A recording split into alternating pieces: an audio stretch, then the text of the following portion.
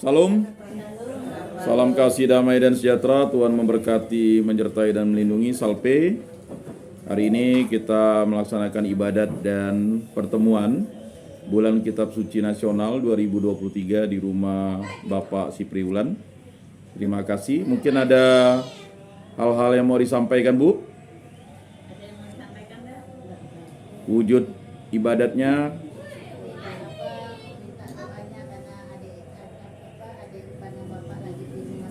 Oh.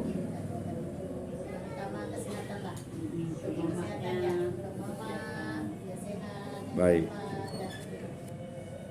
Lagu pembukaan.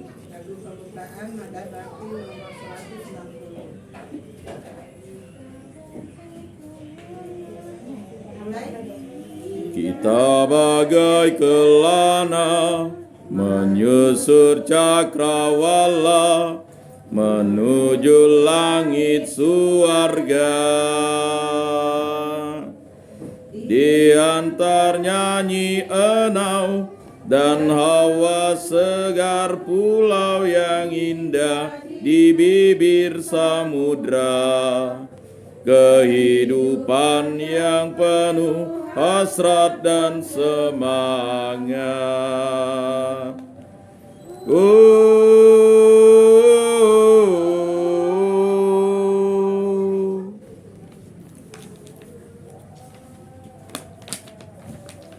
Dalam nama Bapa dan Putra dan Roh Kudus. Amin. Tuhan beserta kita sekarang dan selama-lamanya. Bapak, Ibu, saudara-saudari yang terkasih, pada pertemuan ketiga ini kita berkumpul di rumah Bapak Sipri Ulan sekeluarga. Dan pada materi bahan Bulan Kitab Suci Nasional yang ketiga ini mengangkat suatu tema kasih Allah menyelamatkan. Diambil dari kitab Yoel bab 2 ayat 23 sampai 27. Kitab Yoel adalah termasuk dari 12 kitab nabi-nabi kecil.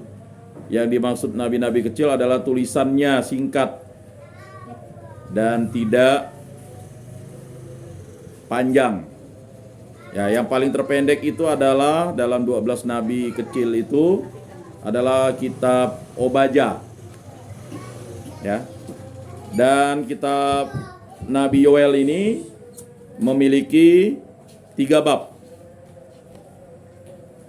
Bapak, Ibu, saudara-saudari yang terkasih, setelah melewati masa-masa yang penuh tantangan, saat ini masyarakat dunia sedang berupaya untuk bangkit dari keterpurukan, kepedihan, dan krisis akibat pandemi COVID-19.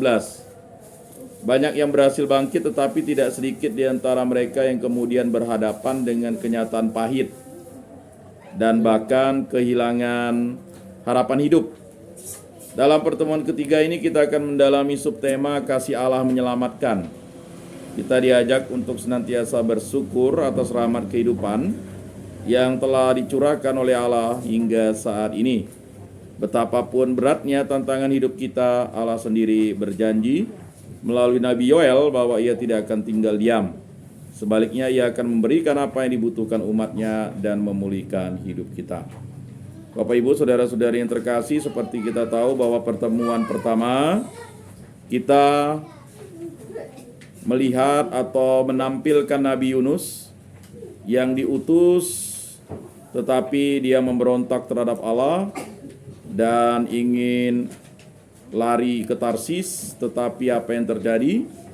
Ya, ketika perahu sudah berada di tengah-tengah laut, ya, angin badai menyerang perahu itu, dan Nabi Yunus santai-santai saja, tidak ada, ya, perasaan, ya, tidak ada kegelisahan. Sedangkan orang sudah gelisah sana sini. Sama seperti sekarang orang sudah gelisah, harga-harga barang naik. Tapi mungkin yang lain tidak gelisah. Harga-harga menjadi langka. Begitu juga pada pertemuan kedua kita disadarkan bahwa seringkali kita berbuat baik lalu menyesal.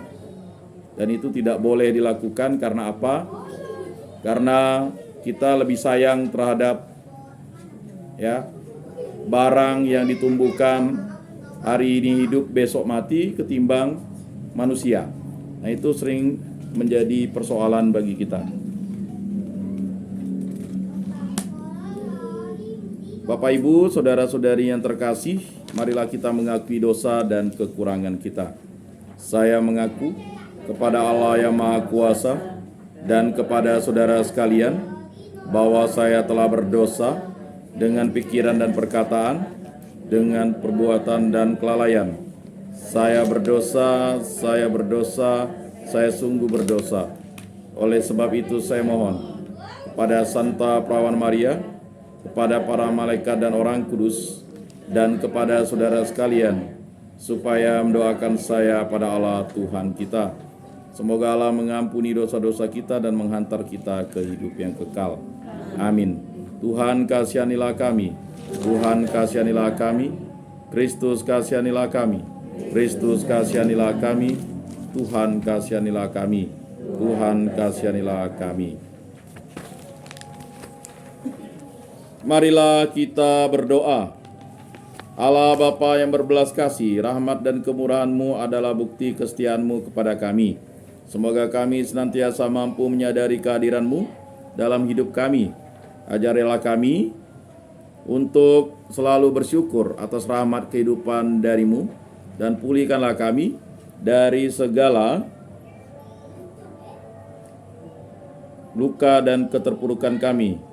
Dan juga keluarga ini berdoa bagi keluarga Pak Sipriwulan, istri, anak-anaknya agar diberikan hidup rukun, damai, dan sejahtera.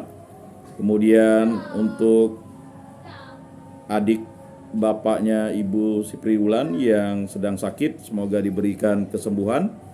Dan juga agar diberikan kesehatan bagi orang tua dari Bapak Sipriwulan, Ibu Sipriwulan, dan juga keluarga besarnya agar selalu diberkati oleh kasih Kristus.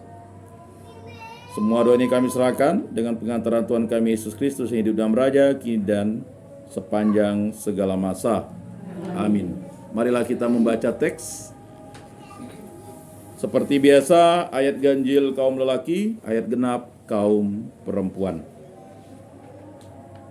Yoel bab 2 ayat 23 sampai 27. Hai Bani Sion, bersorak-soraklah dan bersukacitalah karena Tuhan Allahmu, sebab telah diberikannya kepadamu hujan pada awal musim dengan adilnya, dan diturunkannya bagimu hujan pada awal dan hujan pada akhir musim seperti semula. Tempat-tempat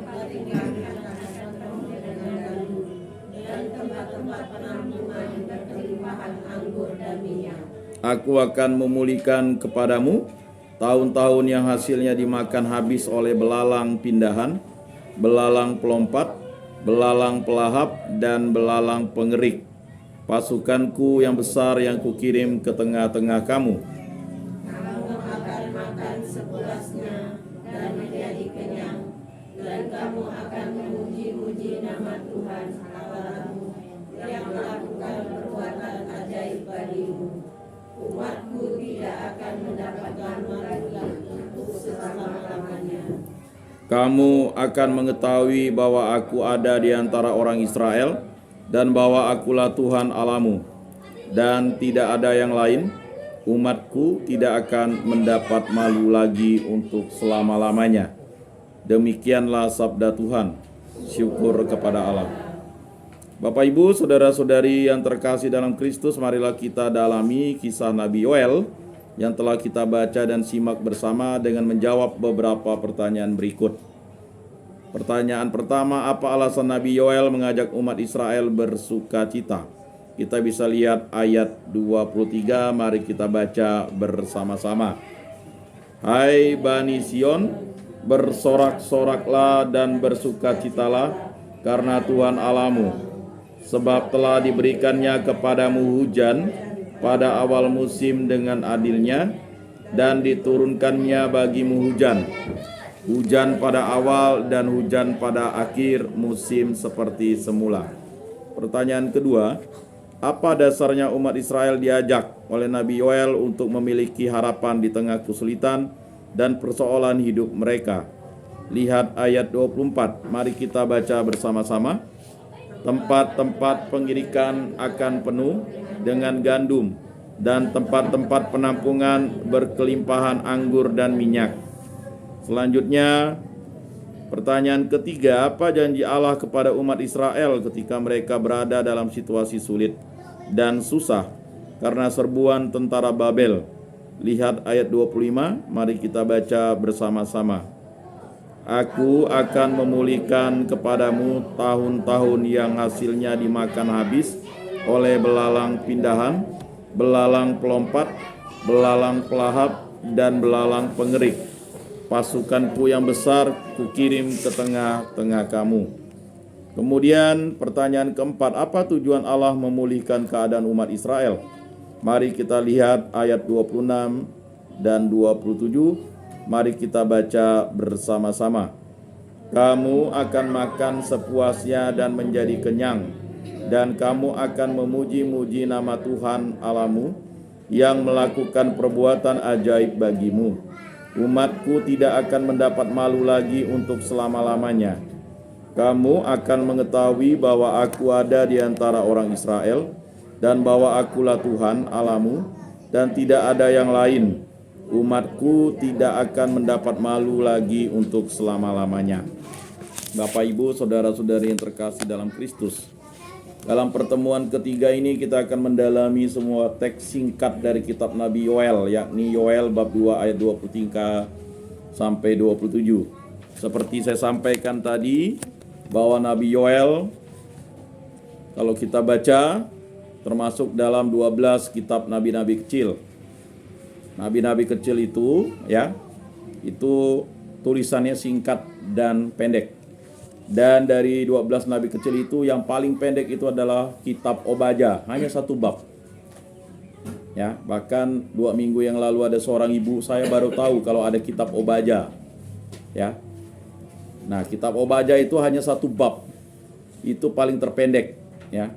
Di surat perjanjian baru itu ada 1 kitab, tidak salah, surat Yudas kalau tidak salah itu pendek juga. Nah, ya. Jadi Bapak Ibu, saudara-saudari yang terkasih, dalam teks ini Nabi Yoel meyakinkan dan menghibur umat Allah yang baru kembali dari pembuangan dengan menegaskan janji Tuhan bahwa tanah air mereka akan kembali seperti semula dan keadaan mereka akan dipulihkan. Ini karena penyerangan bangsa, ya, bangsa-bangsa, ya, yang membuat mereka harus, ya, menanggung akibat. Nah, ini yang terjadi. Istilah memulihkan memiliki arti mengganti rugi sebagaimana dapat kita temukan dalam Keluaran bab 22 ayat 1. Kehancuran umat akibat invasi tentara Babel dianggap sebagai kerugian. Kerugian inilah yang diganti oleh Allah, kehancuran inilah yang akan dipulihkan oleh Allah. Allah memulihkan keadaan umatnya untuk menunjukkan belas kasihan kepada umatnya. Yoel bab 2 ayat 18. Allah itu pengasih dan penyayang, panjang sabar dan berlimpah kasih setia. Yoel bab 2 ayat 13.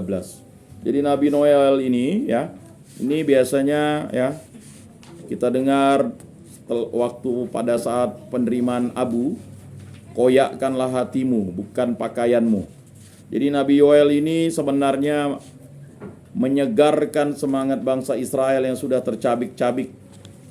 Sama seperti iman kita, kalau kita jarang berdoa, jarang membaca firman Tuhan, jarang melakukan sesuatu yang baik, jarang melakukan pelayanan yang baik, kemudian kita, ya, menduakan Allah Tritunggal yang Maha Kudus, lalu kita tidak mau mengikuti jalan salib Kristus, ya, akibatnya hidup kita akan kacau dan balau. Dan itu bisa terjadi karena, ya, Allah bukan meninggalkan kita, kita yang meninggalkan Allah. Karena Allah tidak pernah meninggalkan kita.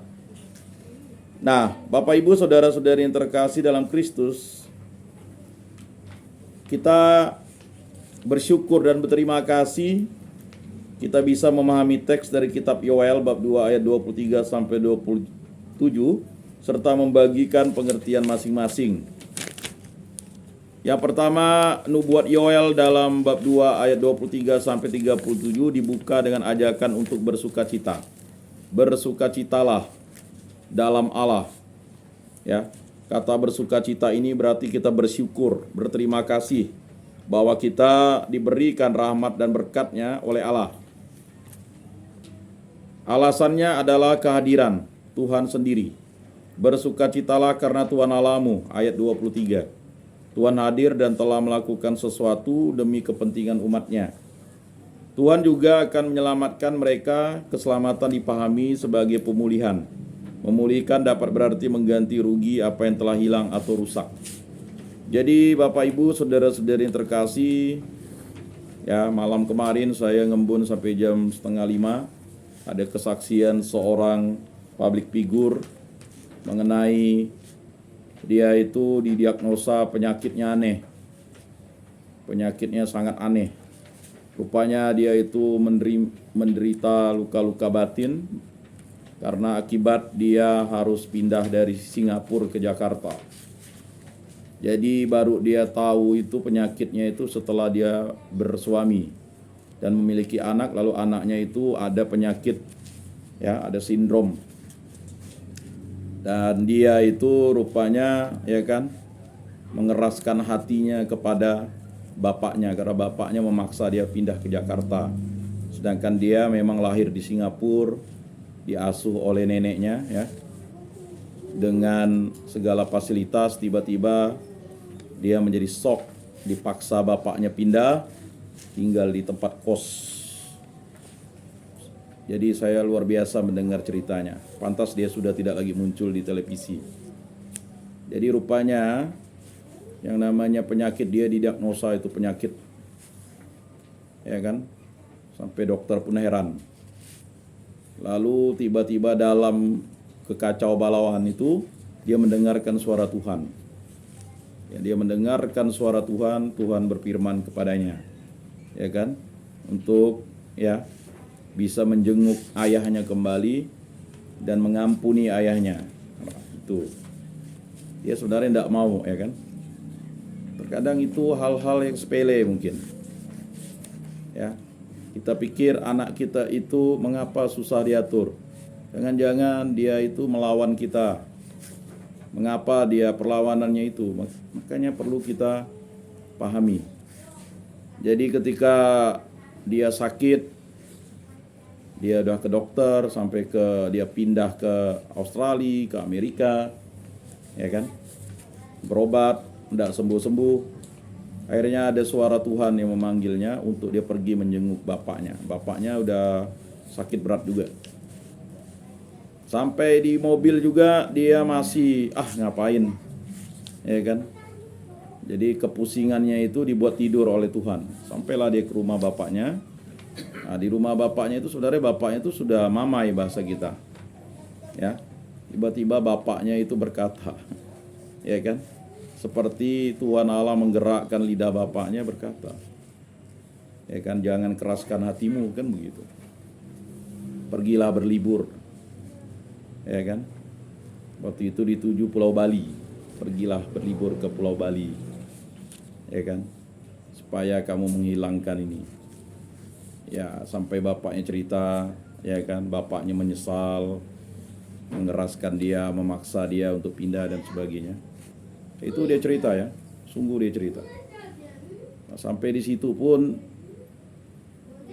akhirnya baru dia bisa rupanya mengampuni itu. Rupanya yang paling, ya kan, anak ini kita harus pahami, justru banyak, ya kan, ibaratnya itu anak itu lebih dendam daripada orang tua. Kalau orang tua itu tidak dendam dengan anaknya. Padahal ini akhirnya dia dapat penyakit itu, baru dia itu pun perlu proses. Jadi Tuhan menyembuhkannya itu ketika dia minta kesembuhan, Dia harus menjenguk bapaknya, mengampuni bapaknya, dan tiba-tiba bapaknya berbicara untuk dia itu jangan mengeraskan hatinya, ya kan? Dia bisa sembuh, refreshing dulu ke Bali. Akhirnya tiba-tiba keluarganya, ya kan, tidak ada konfirmasi atau apa, ya kan, tidak tahu percakapan dengan bapaknya, lalu tiba-tiba seperti kayak pamannya gitu, dah kamu ke Bali saja. Padahal tidak pernah cerita kalau dia harus ke Bali. Lalu dia tak pernah buka email, tiba-tiba dia buka email di mobil. Tiba-tiba dapat tiket gratis ke Bali. Jadi jalan Tuhan kalau udah mau menyembuhkan orang itu pasti terbuka semua. Yang penting ada prosesnya. Ini yang sering mungkin menghambat kita. Sama seperti Yoel, bukan kita mengoyakkan pakaian kita, tapi mengoyakkan hati kita. Nah, akhirnya dia berangkat ke Bali, disitulah penyembuhan, pemulihan terjadi. Jadi jalan Tuhan untuk memulihkan orang itu butuh proses memang. Jadi banyak orang mau sembuh instan. Minta doa dengan orang, minta doakan dengan ini, sama seperti, ya kan, seorang pendeta itu, dia langsung stroke. Karena dia kecewa dengan anaknya narkoba. Lalu akhirnya dia datang ke pastor itu, lupa saya pastor itu ya, ada di YouTube. Pastor itu sampaikan, karena suara Tuhan berbicara, ampunilah anakmu. Jadi pastor sampaikan, ampunilah anaknya. Jadi bapaknya itu kecewa benar anaknya itu narkoba, padahal anak pendeta. Dan setelah dia mau mengampuni, ya kan, akhirnya disuruh pastor melangkah dan dia bisa, dari lumpuhnya bisa berjalan. Nah itu tadi, banyak penyakit itu bukan disebabkan oleh sakit jasmani, tetapi justru karena sakit batin. Nah ini repot namanya. Jadi hati-hati kalau kita sakit hati dengan seseorang, itu justru membuat kita semakin sengsara, bukan membuat kita semakin enak gitu. Maka mengampuni itu sangat penting. Dan itu butuh proses. Ya kan? Dan bahkan sampai orang harus ya macam-macam lah. Tapi sebenarnya ya sama dengan bacaan pada hari Minggu itu, jika kita sudah diampuni Allah, tiba-tiba kita justru tidak mengampuni orang yang berdosa kepada kita, lalu kita mencekeknya kan, suruh bayar utangmu. Nah, akhirnya kan apa yang terjadi? Pengampunan yang diberikan Allah itu menjadi sia-sia karena kita tidak mau mengampuni. Nah ini Yoel ingin menggambarkan itu, bahwa bangsa Israel itu ya sudahlah kena serang, ya masih saja dia mengeraskan hatinya. Maka bersukacitalah, seruan Nabi Yoel ini, bersukacitalah. Memang ya sharing kemarin tuh, jika ada orang berkali-kali berbuat salah kepada kita, ya kan, yang dikatakan oleh Petrus, sampai berapa kalikah aku mengampuni orang Yesus? 7 kali. Jadi dianggapnya hebat lah tuh. Memang kalau orang Yahudi itu sampai 3 kali aja. 7 kali. 7 kali itu belum cukup. 7 kali itu tiap hari dia ngampuni, maksudnya itu. Nah, ya kan? 7 kali 70 kali, ya kan? Itu kan 490. Jadi 490 itu tidak ada batasnya, karena hari itu hanya 366 hari maksudnya. Jadi kalau orang itu mengampuni itu kan hari itu. Makanya kata Yesus, ya kan? Ya kan? Hari ini ya hari ini kan, begitu. Nah, di tengah kesulitan kita sedang menginginkan kehidupan yang lain, akan tetapi Nabi Yoel mengajak kita untuk bersyukur atas kehidupan yang sudah diperoleh sampai saat ini. Bersyukur. Saking menemaninya tuh saya mendengarkan sharing-sharing. Semuanya kuncinya bersyukur. Ada seorang artis sudah narkoba, masuk penjara, terkenal lagi, masuk penjara, terkenal lagi, sampai sawahnya ya harus sawahnya dia beli, lalu dia berkuli dengan orang yang dulu anak buahnya, ya kan? Akhirnya Rupanya kata kuncinya bersyukur.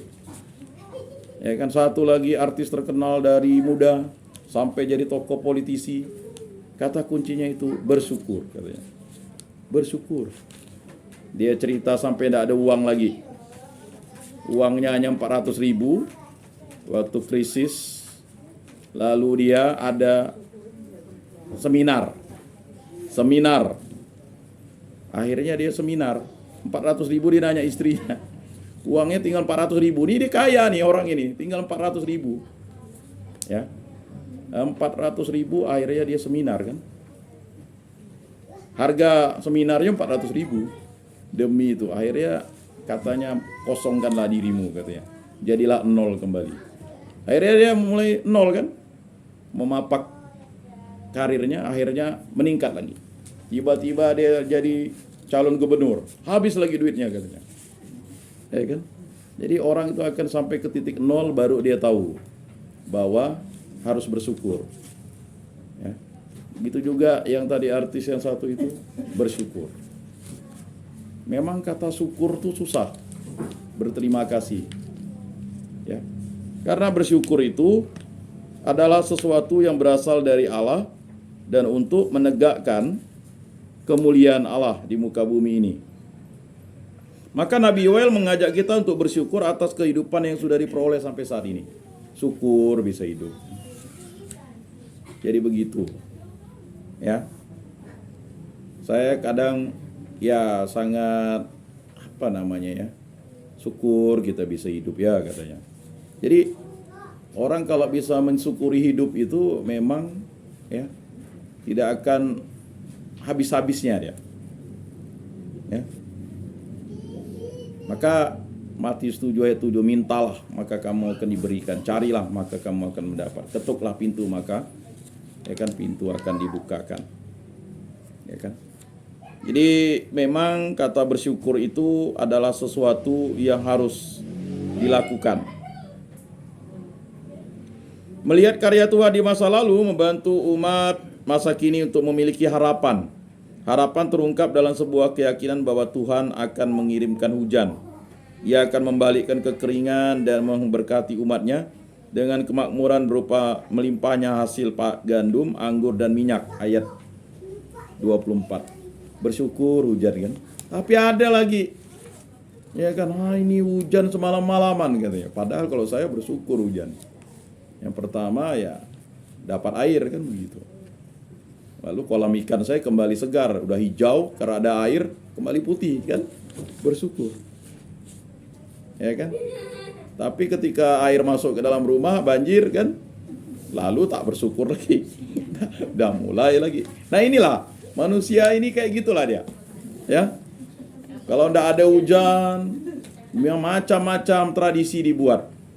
Ya kan? Ada yang minta hujan, sekali hujan dikasih 24 jam waktu itu, mulai lagi ngeluh kan. Nah, inilah manusia ini. Ya. Jadi sama seperti Nabi Yunus tuh. Ya kan, sebentar jadi kasih itu sukar ya kan, enggak panas kepalanya. Habis itu dia marah. Ya kan? Nah, ini. Lalu berikutnya Tuhan berjanji, ya kan? Aku akan memulihkan kepadamu, ayat 25, yang berarti bahwa Tuhan akan mengganti kerugian yang diderita umatnya. Nah itu. Ya. Jadi kalau kita bekerja untuk Tuhan itu pasti dicukupi begitu. Ya kan? Tetapi kalau kita mulai tidak mau melayani, mulai tidak mau mengunjungi, mulai tidak mulai menyibukkan diri untuk hal-hal yang sifatnya duniawi, ya kan? Hanya ke warkop, yuk ibadat di lingkungan, yang ikut itu saja, ya kan? Sibuk kan begitu, ya. Ya memang tantangan kita hidup di kota ini banyak, tetapi bertahanlah dalam pelayanan. Karena itu adalah syukur dan sukacita. Nabi Yoel menggunakan serangan belalang untuk menggambarkan serangan pasukan musuh yang menyebabkan kehancuran Yerusalem dan penderitaan terhadap penduduknya. Kehancuran dan penderitaan inilah yang dimaksud dengan kerugian dan akan dibayar atau dipulihkan oleh Tuhan. Ini kan analogi Nabi Yoel untuk mengingatkan bahwa Allah orang Israel itu adalah Tuhan Allah, YHWH, Yahweh, Elohim, Adonai. Pemulihan yang dilakukan Tuhan jauh lebih besar, bahkan bisa berkali-kali lipat daripada kesulitan yang telah dialami bangsa Israel. Pemulihan Tuhan membawa kemakmuran dan kehormatan bagi umatnya. Coba kita ingat-ingat waktu pandemi 2020 ya. Tidak terasa dah 3 tahun kita lalui. Tidak 2023 mau 2024 lagi nih. Ini udah September, mau minggu depan dah Oktober. Kalau udah mulai Oktober dah mau November. Akhir tahun. Memang saya dari 2020 sampai ke 2023 itu cepat waktu itu. Putarannya cepat. Apakah Bapak Ibu merasakan? Ya nantilah sharingnya. Cepat sekali. Ya, rasanya belum buat apa-apa begitu. Ya kan?